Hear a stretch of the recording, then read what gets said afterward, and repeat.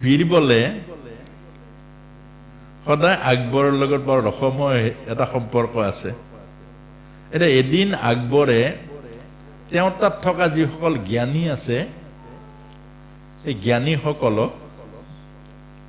জ্ঞানীসকলক সুধিলে, এই যে পণ্ডিতসকলক সুধিলে যে আপোনালোক মহান মহান পণ্ডিতসকল মোৰ ৰাজসভাত আছে, গতিকে আজি মোক তিনিটা প্ৰশ্নৰ সমাধান দিব লাগে।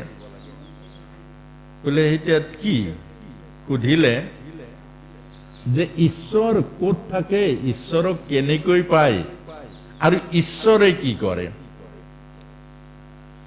তেতিয়াতো পণ্ডিতসকলে কৈছে ঈশ্বৰ ক'ত পায়, ঈশ্বৰ চবতে থাকে, ঈশ্বৰ চবতে থাকে। বোলে তেনেকে ক'লে নহ'ব নহয়, মোকতো বুজাই দিব লাগিব, মই বুজাকে ক'ব লাগিব।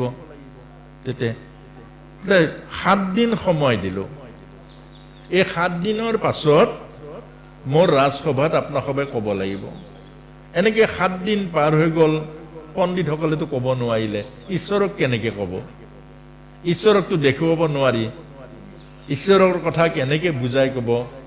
সেইকাৰণে তেওঁ ঈশ্বৰৰ কথাখিনি শ্লোকত মাতিলে। ইদং ব্ৰহ্মময় জগত মত্তপৰতৰং নান্যাৎ কিঞ্চিৎ অস্তি ধনঞ্জয় মই সৰ্বমিদম স্তুতম সূত্ৰে মণি গণাইব। এইটো গীতাত কৈছে, এইটো বেদান্তত কৈছে। তেতিয়া বোলে তেনেকে ক'লে নহ'ব নহয়, মোকতো বুজাই ক'ব লাগিব। তেতিয়া এই যে মন্ত্ৰী বীৰবল আছিলে, মন্ত্ৰী বীৰবলক ক'লে, বোলে বীৰবল তুমি মোৰ মহামন্ত্ৰী হয় নে নহয়? বোলে হয়। মোৰ এতিয়া সমস্যা এটা পৰিছে আৰু এই প্ৰশ্নৰ উত্তৰটো তুমি দিব লাগিব। কিন্তু চাবা, 7 দিনৰ ভিতৰত যদি তুমি ক'ব নোৱাৰা তেতিয়াহ'লে তোমাৰ শিৰচ্ছেদ কৰা হ'ব।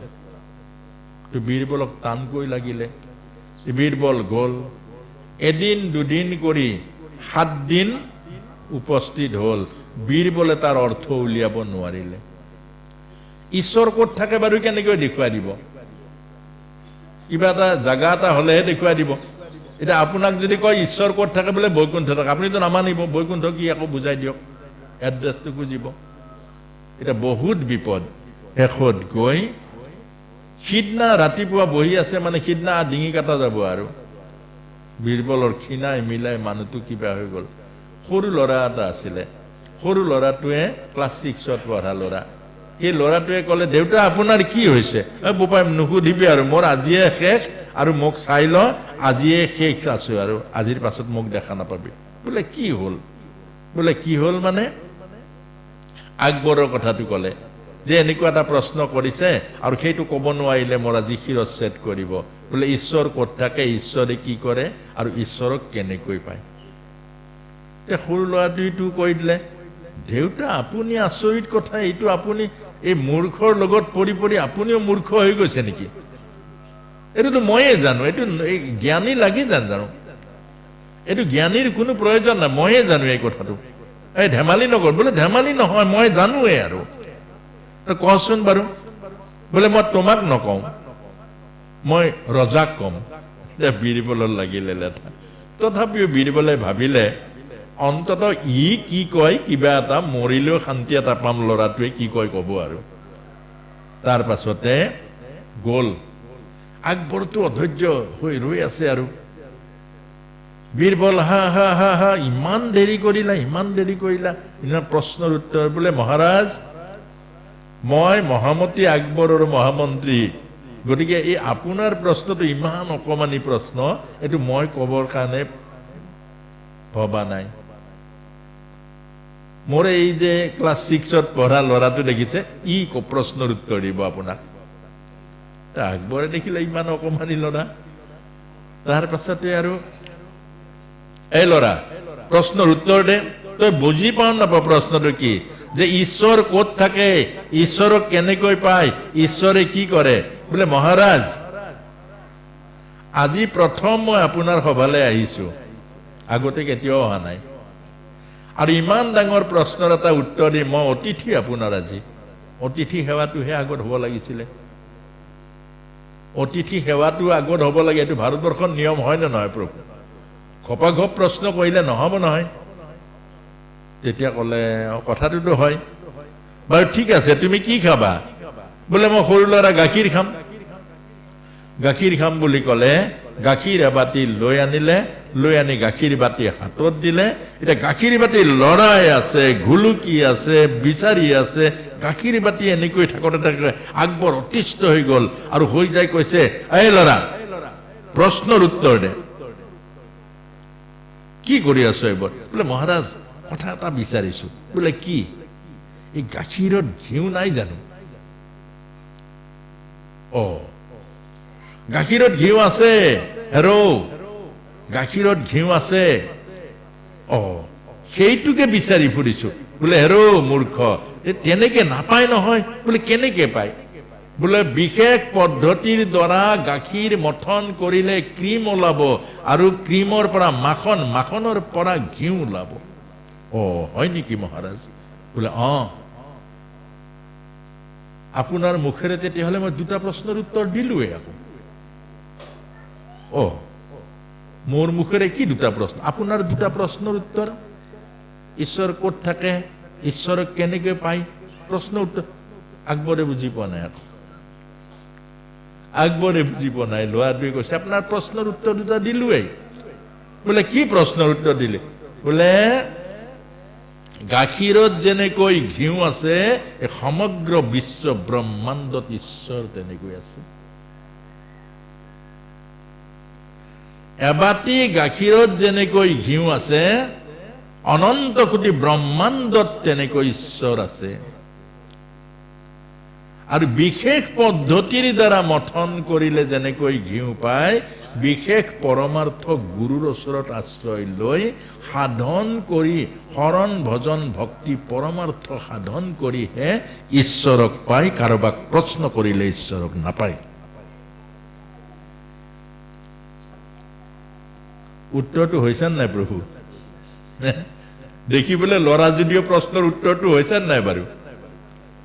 হৈছে নে আইমাতৃসকল? হৈছে নে উত্তৰটো? হৈছে নাই? আইসকলে নামাতিলে ভয় লাগে আকৌ, বুজিছে নাই? হৈছে হৈছে, আকবৰে বুজি পালে হৈছে হৈছে হৈছে। তেতিয়া ক'লে বাৰু ঠিক আছে, আৰু এটা প্ৰশ্ন আছে নহয়, ঈশ্বৰে কি কৰে সেইটো? ল'ৰাটোৱে কৈছে যে মহাৰাজ কথা এটা সুধো। যে আকবৰৰ আস্তে আস্তে ভয়ে লাগিছে, এই কি কথা সুধিব ঠিক নাই। দেখিবলৈ ল'ৰা যদিও ই বহুত খাতাৰনাক আছে। কি কথা? বোলে প্ৰশ্নকৰ্তাজন কোন, উত্তৰ দিয়াজন কোন? বোলে প্ৰশ্নকৰ্তাজন হল শিষ্য, উত্তৰ দিয়াজন গুৰু। আপুনি যধামূৰ্খ হয়নে নহয়? গুৰুক থৈছে কাৰ্পেটৰ ওপৰত থিয় কৰি, শিষ্য বহি প্ৰশ্ন কৰিছে সিংহাসনত বহি। এইটো উচিত হৈছে জানো? আইমাতৃসকলে কওক, উচিত হৈছে জানো? নাই হোৱা। চব সভাসদে ৰস পাইছে, আকবৰক ঠিককে ধৰিলে আজি। তাৰ পাছতে কৈছে আকবৰ নামি গল, নামি গৈ সিংহাসনৰ পৰা নামি গৈ তললৈ গল, ল'ৰাটোক হাতত ধৰিলে, গুৰুদেৱ আহক। সিংহাসনত বহালে ল'ৰাটোক। আকবৰ গৈ কাৰ্পেটত বহিলে, কলে গুৰুদেৱ এতিয়া মোৰ ৩ নম্বৰ প্ৰশ্নৰ উত্তৰটো দিয়ক, ঈশ্বৰে কি কৰে বৎস?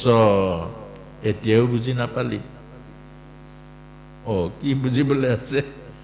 ঈশ্বৰে এইটোৱে কৰে, তোৰ নিচিনা অহংকাৰী অভিমানী ঈশ্বৰৰ বিষয়ে প্ৰশ্ন কৰা মানুহ, সাধন নকৰা মানুহক এটি পলকতে তললৈকে নমাই নিয়ে। এতিয়া কাৰ্পেটত বহি আছ নাই? এই কথাটোকে আপোনাক মোক বুজাইছে। ঈশ্বৰক পাবলৈ হলে সাধন কৰিব লাগিব। আৰু গুৰু ভাৰতৰ হাতত 2 প্ৰকাৰৰ গুৰু আছে, শুক্ৰাচাৰ্য আৰু বৃহস্পতি। শুক্ৰাচাৰ্য গুৰু সংসাৰী গুৰু, টকা ঘটা গুৰু, দৌলতা বীজৰ গুৰু। আৰু সেই গুৰু ললে আপুনি ঈশ্বৰক নাপায়। যি সংসাৰী গুৰু, সেইকাৰণে ভাৰতৰ হাততো আছে অনেক দোকানী, নিচিনি কিনিলে মিলিব বিঘেনি। পৰমাৰ্থ গুৰুৰ ওচৰত পৰমাৰ্থ সম্পদ আছে, মহন্তসকলেহে ৰাখে যত্ন কৰি। এই পৰমাৰ্থ বস্তু পৰমাৰ্থ গুৰুৰ ওচৰত আছে, আৰু সাংসাৰিক বস্তু সাংসাৰিক গুৰুৰ ওচৰত আছে। সেইকাৰণে আমাৰ এই কথাটোৱে আমাক বুজাইছে সদায় পৰমাৰ্থ জ্ঞান পাবলৈ পৰমাৰ্থ গুৰু লওক, গুৰু চিনি লওক। যি গুৰুৱে ঈশ্বৰ দেখিছে, যি গুৰুৱে ঈশ্বৰক পাবৰ কাৰণে সাধন কৰিছে, যি গুৰুৱে ঈশ্বৰ দৰ্শনৰ কাৰণে শিষ্য লৈছে, সেই গুৰুক বিচাৰিলেহে আপুনি ঈশ্বৰক পাব। আৰু যি গুৰুৱে ঈশ্বৰ দেখা নাই, অন্ধই কেতিয়াও আপোনাক ৰাস্তা দেখুৱাব নোৱাৰে। সেইকাৰণে আমাক কৈছে শুক্ৰাচাৰ্য গুৰুক ত্যাগ কৰিছে বলি মহাৰাজে। অষ্টম স্কন্ধ শ্ৰীমদ ভাগৱতৰ বামন উপাখ্যানত আছে। কেলে ত্যাগ কৰিছে? অৰ্থাৎ ঈশ্বৰ নেদেখুওৱা গুৰুৰ কোনো প্ৰয়োজন নাই। ঈশ্বৰ নেদেখুওৱা গুৰুৰ ওচৰত সময় পাৰ হৈ যাব, আপুনি শেষত গৈ হাতো নাপাব, বাটো নাপাব। সেইকাৰণে ভাগৱতে কৈছে যে গুৰু সদায় পৰমাৰ্থ গুৰু। সেইকাৰণে স্বামী বিবেকানন্দ কেনেকৈ হ'ল? আগততো নৰেন্দ্ৰ আছিলে। এই নৰেন্দ্ৰ আছিলে কি? ভিতৰত জিজ্ঞাসা আছিলে, ঈশ্বৰৰ জিজ্ঞাসা। আৰু সেইকাৰণে যাকে লগ পাই সোধে, তুমি ঈশ্বৰ দেখিছা? নাই দেখা। আপুনি ঈশ্বৰ দেখিছে? বোলে নাই দেখা, বাদ দিয়া। এনেকে ঈশ্বৰ দেখিছে নাই দেখা কৰি কৰি এদিন গৈ ৰামকৃষ্ণ পৰমহংসৰ ওচৰ পালে যে আপুনি ঈশ্বৰ দেখিছে? তোতকৈ ভালকৈ দেখিছো, তোতকৈ ভালকৈ দেখিছো। চৰণত ধৰিলে তৰণ পাই গল, স্বামী বিবেকানন্দ হৈ গল আৰু বিশ্ব জয় কৰিলে। আজিও ভাৰতবৰ্ষৰ বেদান্ত দৰ্শনৰ যিজন ভাৰত পৃথিৱীৰ সমস্তক জনাই দিলে ভাৰতৰ শক্তি সামৰ্থ্য আধ্যাত্মিকতা। অৰ্থাৎ আপোনাক মোকো এই কথাখিনি কৈছে গুৰু। অৰ্থাৎ আৰু এটা কথা, গুৰুৱে নিশিকায়, শিষ্যই শিকে। হয়, কওক। হয়,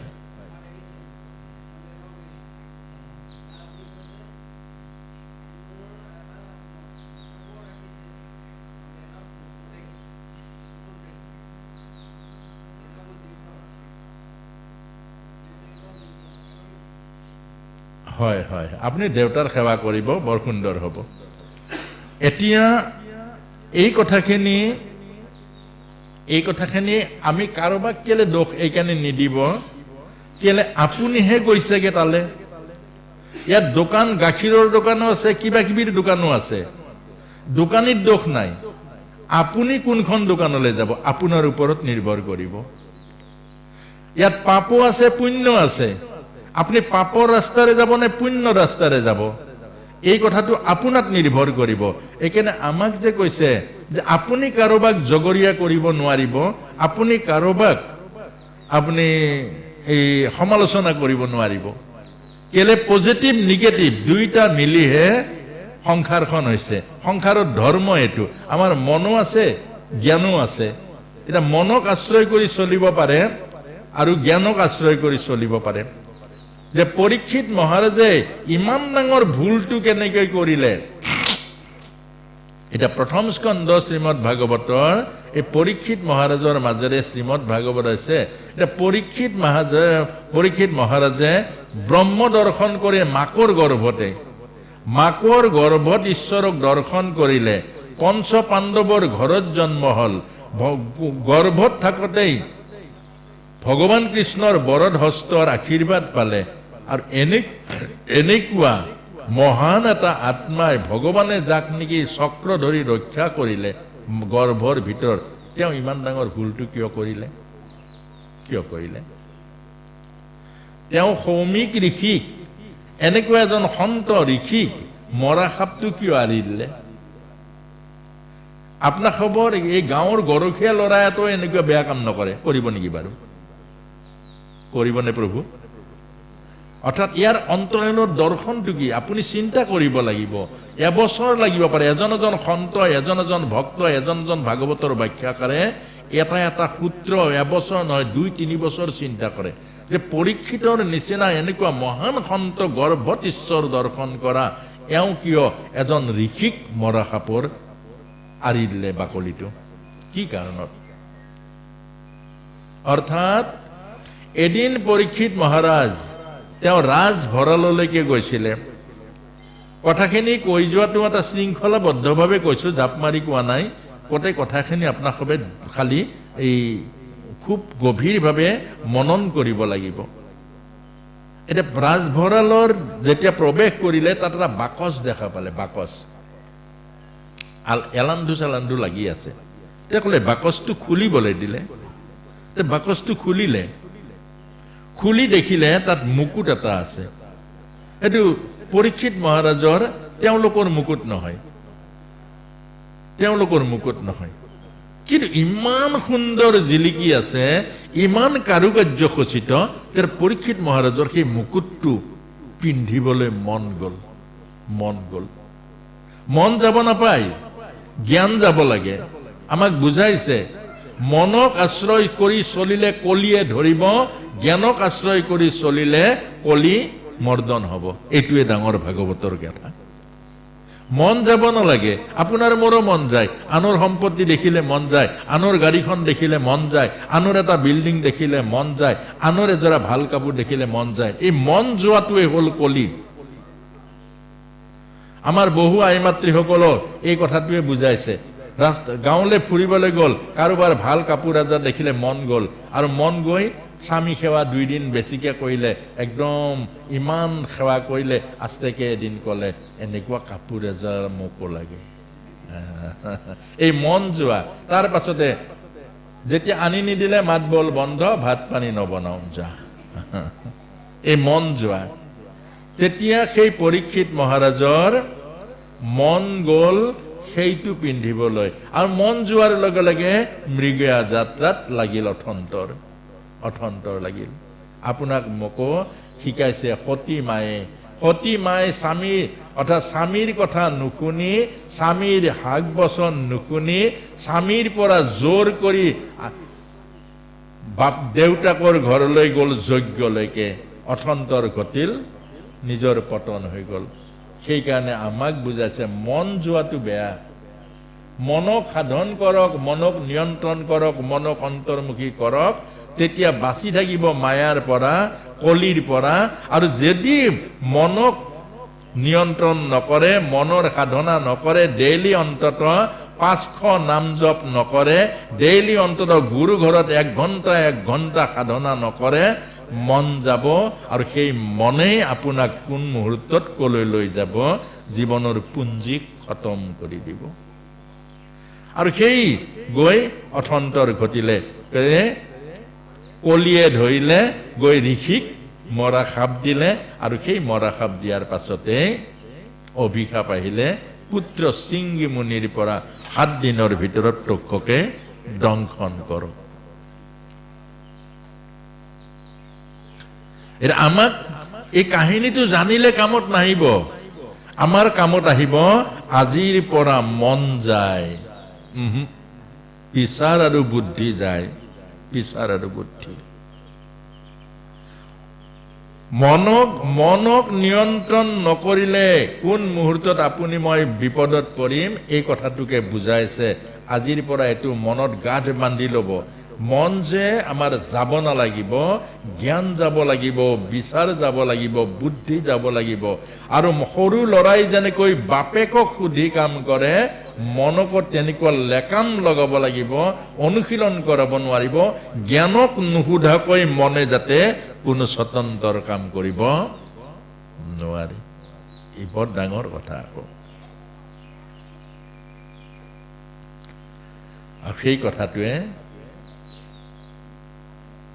মনটো বৰ ডাঙৰ বস্তু। এতিয়া সেই পৰীক্ষিত মহাৰাজৰ আৰু এটা কথা আমাক ভাগৱতে বুজাইছে। কামটোতো হৈ গ'ল। এতিয়া আপোনালোকে চাবচোন, 80 বছৰ হৈ গ'ল, এতিয়াতো ঘূৰাব নোৱাৰে আগৰ জীৱনটো, পাৰিব নেকি বাৰু? প্ৰভু এতিয়া প্ৰশ্নটো নিজতে আহকচোন। এতিয়া 80 বছৰ হৈ গ'ল, আজি ভাগৱতৰ জ্ঞানখিনি পালো, ভুলটো কৰিলোৱে, এতিয়া ঘূৰাব পাৰিব জানো? পাৰিব জানো? উপায়টো কি হ'ব? সোধক আকৌ, তেতিয়াহে ভাগৱতে ক'ব উপায়টো। বোলে প্ৰভু 80 বছৰ পাৰ হৈ গ'ল, এতিয়া এইখিনি শুনিলো, এতিয়া বাকী যোৱাখিনি কি কৰিম? এতিয়া আমাক এই কথাটো ভাগৱতে বুজাইছে। কেলে এতিয়া আমি ভুল কৰিলো, পৰীক্ষিতেও ভুল কৰিলে, পৰীক্ষিতে মুক্তি পালে। ভুলটো প্ৰভুৱে নধৰে। ৰত্নাকৰে ভুল কৰিলে, ৰত্নাকৰে ভুল কৰা নাই জানো? সেইকাৰণে ৰত্নাকৰ। কিন্তু স্বীকাৰ কৰিলে প্ৰভু মোৰ ভুল হৈ গ'ল।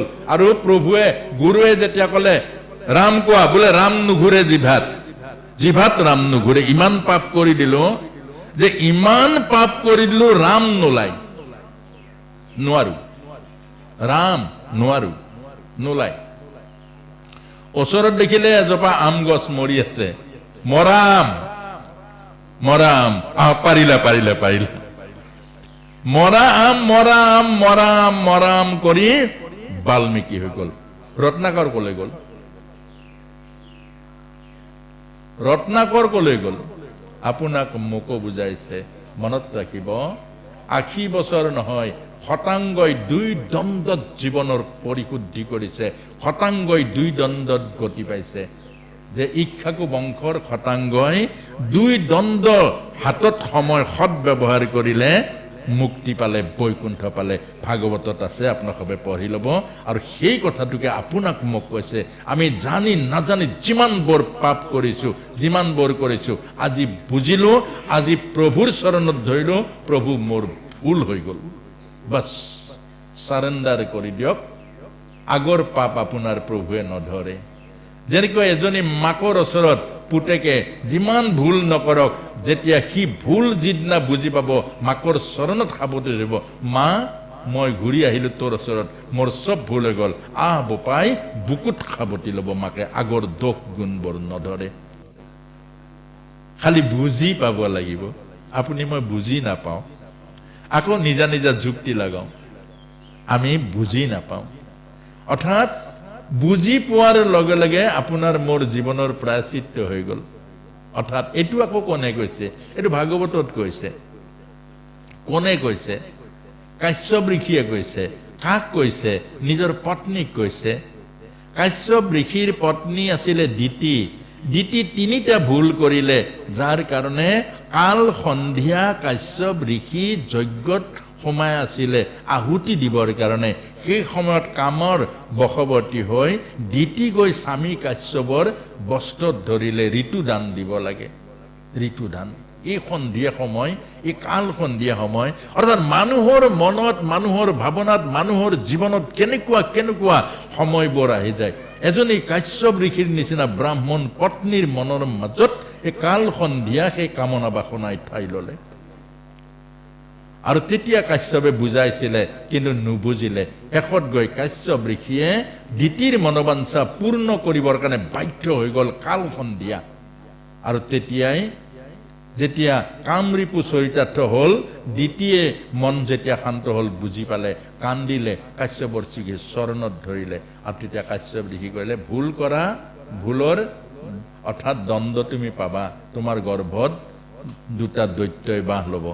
কিন্তু তুমি যে কান্দিলা, তোমাৰ যে ভুল হৈছে বুলি বুজি পালা, তুমি যে ভুল কৰিলা বুলি উপলব্ধি কৰিলা, প্ৰায়শ্চিত্ত হৈ গ'ল। আৰু তোমাৰ নাতি এৰা মহাভাগৱত হৈ 7 পুৰুষ উদ্ধাৰ কৰিব। আপোনাক মোকো সেই প্ৰায়শ্চিত্ত কৰিব দিছে, প্ৰায়শ্চিত্ত।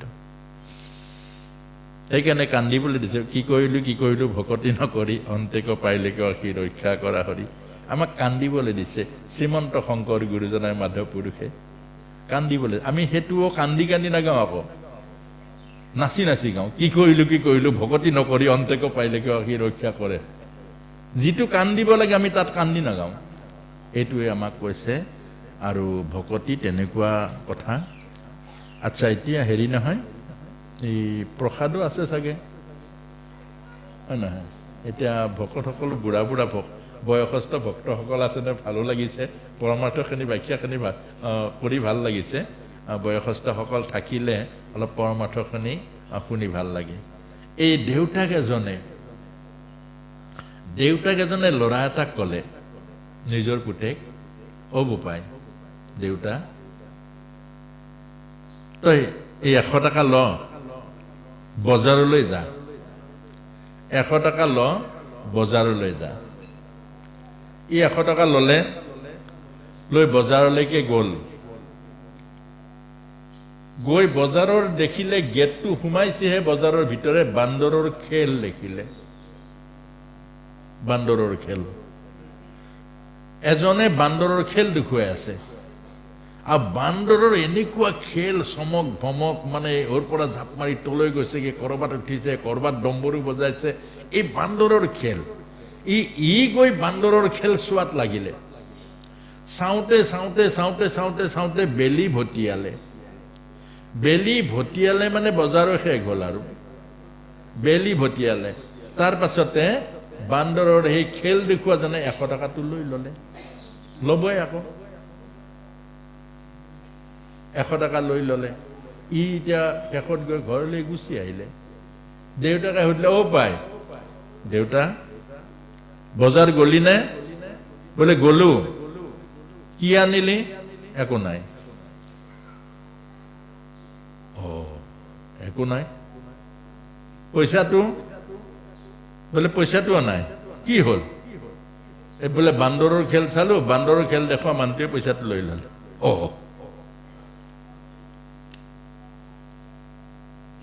এই সংসাৰী প্ৰতিজন সংসাৰী মানুহ তেনেকুৱা প্ৰভু 80 বছৰ হোৱাৰ পাছত আপুনি এবাৰ এতিয়াই প্ৰশ্ন কৰক যে এই 80 বছৰত আপুনি কি পালে মানৱ জীৱন লৈ আহি সংসাৰত 80 বছৰ যে আপুনি আছে কি পালে যদি একো পোৱা নাই আপুনি সেই বান্দৰৰ খেল চালে এই সংসাৰখন হ'ল বান্দৰৰ খেলো আছে আধ্যাত্মিক ভকতৰ সংগও আছে ইয়াত জীৱনো আছে মৃত্যুও আছে দুৰ্যোধনো আছে যুধিষ্ঠিৰো আছে মনত ৰাখিব এই 100 টকাটো হ'ল 100 বছৰ আয়ুস চবকে দি পঠিয়াইছে প্ৰভুৱে আৰু এই আয়ুসবোৰ দিছে হত বস্তু কিনিবৰ কাৰণে প্ৰেমৰ খেতি কৰক প্ৰেমৰ বেপাৰ কৰক ধৰ্মৰ বেপাৰ কৰক মৰমৰ বেপাৰ কৰক ভাল পোৱাবোৰ বিলাই দিয়ক জগতৰ কাৰণে হৃদয়ৰ মাজেৰে সকলোৰে কল্যাণ চিন্তা কৰক সৰ্বে ভৱন্তু সুখিনঃ সৰ্বে সন্তু নিৰাময়াঃ সৰ্বে ভদ্ৰাণি পশ্যন্তু মা কচ্ছিদে ভগৱান সকলোৰে কুশল কৰা সকলোৰে জীৱন সুন্দৰ কৰা কাৰো জীৱনত যেন কষ্ট নহওক এইবোৰ কৰিবলৈ দিছে আমাক এইবোৰ 100 টকা মানে 100 বছৰ আয়ুসটো সেইকাৰণে প্ৰভুৱে দি পঠিয়াইছে সেৱাৰ কাৰণে দি পঠিয়াইছে কিন্তু আপুনি মই সেৱাৰ যদি নকৰো আপুনি মই এই যে ধন টকা পইচা এইবোৰ নচলা অংকত যদি লাগি যাওঁ অন্তিমত চাব আপুনিও সেই ভগৱানৰ ওচৰত দিয়া বান্ধৈ সংসাৰ পাৰ হ'বৰ কাৰণে কি আনিছা দিয়া তেতিয়া ক'ব প্ৰভু একো নাই নহয় চব লৈ ল'লে টকা পইচা ল'লে বেংকৰ একাউণ্টটো লৈ ল'লে হাতত থকা সোণৰ আংঠিকেইটাও খুলি ল'লে একো নাই যদি আকৌ যোৱা আকৌ সংসাৰলৈ আহিব লাগিব আকৌ জন্ম মৃত্যুৰ চক্ৰত পৰিব লাগিব আৰু এই জন্ম মৃত্যুৰ চক্ৰৰ পৰা ওলাবৰ কাৰণে আমাক ভাগৱতে কৈছে এই 100 টকা ৰূপী 100 বছৰ সাৰ্থক কৰক সময় অমূল্য সময়ে জন্ম দিয়ে সময়ে মৃত্যু দিয়ে আৰু এই সময়ে মুক্তি দিয়ে সময় সদ্ব্যৱহাৰ কৰক যি হাতৰ মাজতে মুক্তি পাব এইখিনিকে কৈ আজি প্ৰথম দিনৰ প্ৰথম অৰ্ধৰ শ্ৰীমদ ভাগৱত মহাপুৰাণ ইয়াতে আমি বিৰাম দিছোঁ।